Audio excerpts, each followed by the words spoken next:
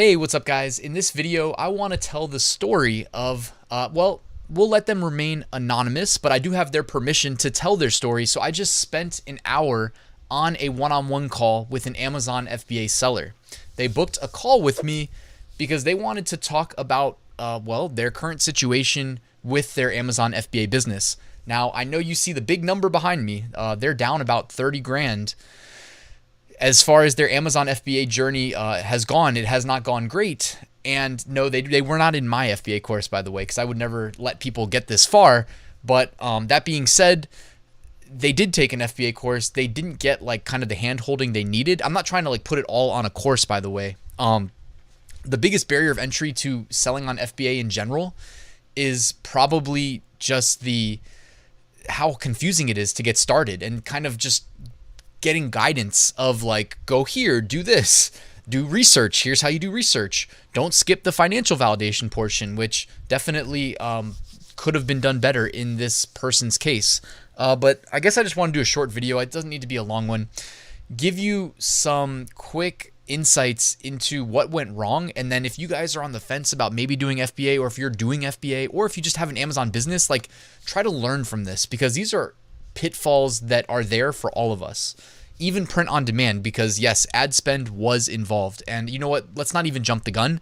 Ad spend was actually what led to this number that you see behind me getting as high as it did. Ad spend was the biggest expense for this person's business. Now, they mentioned that like they didn't feel like they got very great guidance in that course as far as the lessons went on Amazon advertising. And all of us that are on Amazon, number one, should be running ads. We can't be scared of that forever. And number two, when you get in there, please like be mindful of the fact that those numbers that you type in on a keyboard, they equate to real life dollars that can and will be spent if you let Amazon spend it.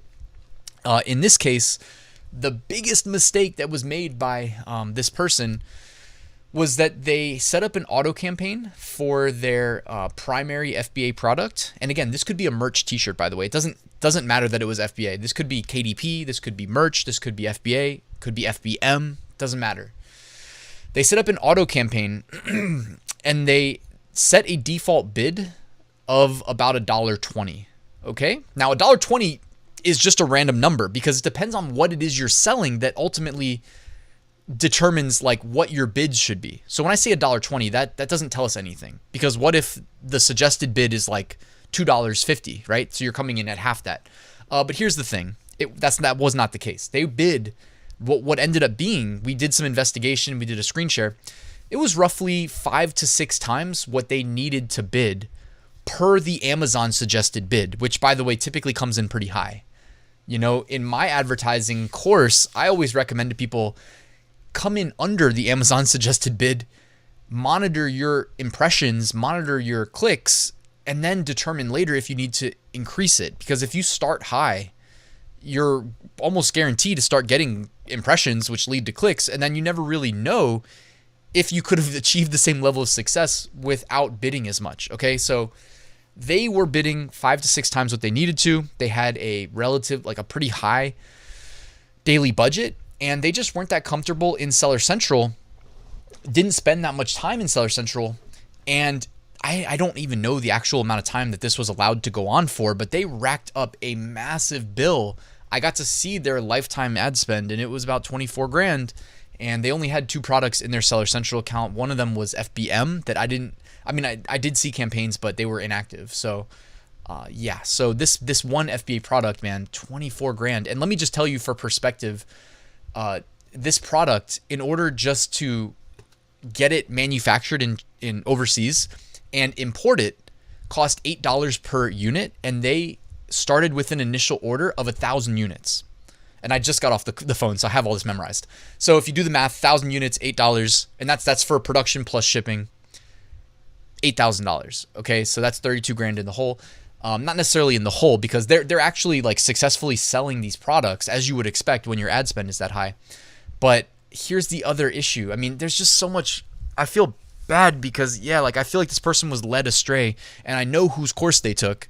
a YouTube fake guru. Honestly, the YouTube fake guru who inspired me to make this channel. So I guess I owe them, even though I really don't like this person. I'm not even gonna say their name. If you care, go look at my older videos because you'll see me exposing them in a couple of them. But the course like didn't help this person figure out like how many units to order in the first order. So when I say 1,000 units were ordered, that was probably like 4 times as many as they needed. And this person like kind of paid me to do this one-on-one call so that we could audit their whole FBA existence. And I'm looking at, my Jungle Scout, I shout out to Jungle Scout. If you guys actually want to be on FBA, I recommend their suite of tools. I can put a link to that in the description if you want to help me out using the affiliate link. But either way, Jungle Scout was showing me not just this person's daily sales, but their competition. And by the way, when I did a keyword search, I don't know exactly what the most valuable keywords were, but the keywords that I guessed, they ranked as the #1 organic spot. So I'm like, okay, you're in the #1 organic spot. That's pretty good. But then I look at Jungle Scout. Oh, you're only making 4 or 5 sales a day, and you order 1,000 units. You see what I'm saying? Like, with starting an internet business and an Amazon business, guys, like we can make informed decisions without spending a dime. Like we can actually spy on these data points because Amazon gives us some insights with the BSR, and then you've got these incredible tools that just keep getting better with Jungle Scout and their team of engineers.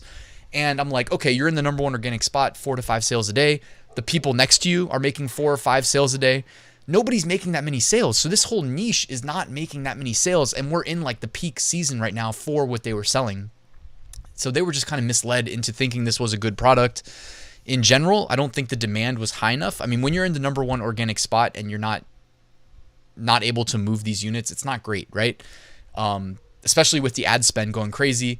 The what else was there? The price point. So they're getting it from manufacturer plus importing $8. Their price point for this product was, let's just round up and say $23. Okay, it was 22 and change, $23. So 23 minus 8, $15. Here's the thing now. Amazon, FBA, they take a percentage of every sale, right? For the Amazon referral fee, for the FBA fee to pick, pack, and ship. Well, their Amazon fee was above $14. Okay, so let's just say it was 14 flat. So that means they have $1 of profit per sale. And that's with rounding. If you actually work it out, it's probably about exactly 0. Then you have $24,000 of ad spend. Where does that come from, right? So, I mean, they're definitely in the hole big. And as I'm kind of seeing this person, like, by the way, like a good person definitely like understood the process, understood like what was going on, but going through it for the first time, especially if you pay a premium for a course, you should get some hand holding. They didn't get that at all. And they were led astray, in my opinion, when it came to this product selection. It was big, it was bulky. The first thing I told him when I saw what the product was that they were selling was, these are big. Not necessarily that heavy, but like if they're that big, like you're going to pay a lot for shipping alone, and then storing them at FBA, you're going to be paying the storage fees, etc. The biggest product I ever sold was quite big, without revealing what it was. Big and heavy, and it was a mistake, and it was super expensive, and I don't think I barely made any money by the time it was all said and done. And but like if you ran that product by me, I would have spoke to my personal experience and said, no, this isn't worth it. This person was led astray, by the way. Like I already said that, but it's just like, it makes me not feel great. I told this person that they can at least like use their knowledge of the Amazon ecosystem to monetize their Seller Central account with some FBM print on demand products, and showed them some resources that I've got for that. Your YouTube channel, free mini course, etc. Told them about Merch by Amazon. And they're going to figure out whether or not they want to keep pursuing FBA. And I just mentioned, before you spend any money, you can validate all your financials ahead of time and get realistic projections of how much money you can expect to make using publicly available data. I wouldn't stop anything short of that because, again, it's all out there, right? Before you drop $8,000 on an order, and even if you didn't spend $24,000 on ads, let's say you spent $2,400, you know what I mean? That's over $10K, $8,000 and then $2,400, that's over $10K. Protect yourself, guys. That's the name of the game to me. Capital preservation with FBA. We talk mainly print on demand on this channel, but if we're going to do FBA, it's a monetary investment. It's a big time investment. The learning curve sucks initially, but when you get comfortable, it's easy. I mean, I like to believe it's easy anyways, but I guess everybody's different. So Anyways, that was the FBA story. I don't know where to go with this. I'll just wrap the video up here, but it's no laughing matter. You know, protect yourself, especially with ads. Amazon has a lot of ad inventory. They can spend your money with auto campaigns. They make it quite easy. So make sure your bids are responsible. Make sure you check on your campaigns regularly. Make sure you roll your successful keywords into manual campaigns and do responsible bids there as well. And that's really all I wanted to say, guys. So thank you for watching this video. Please like, please subscribe, please comment below if you have a similar story or you have questions or feedback, and I'll see you tomorrow with a new video.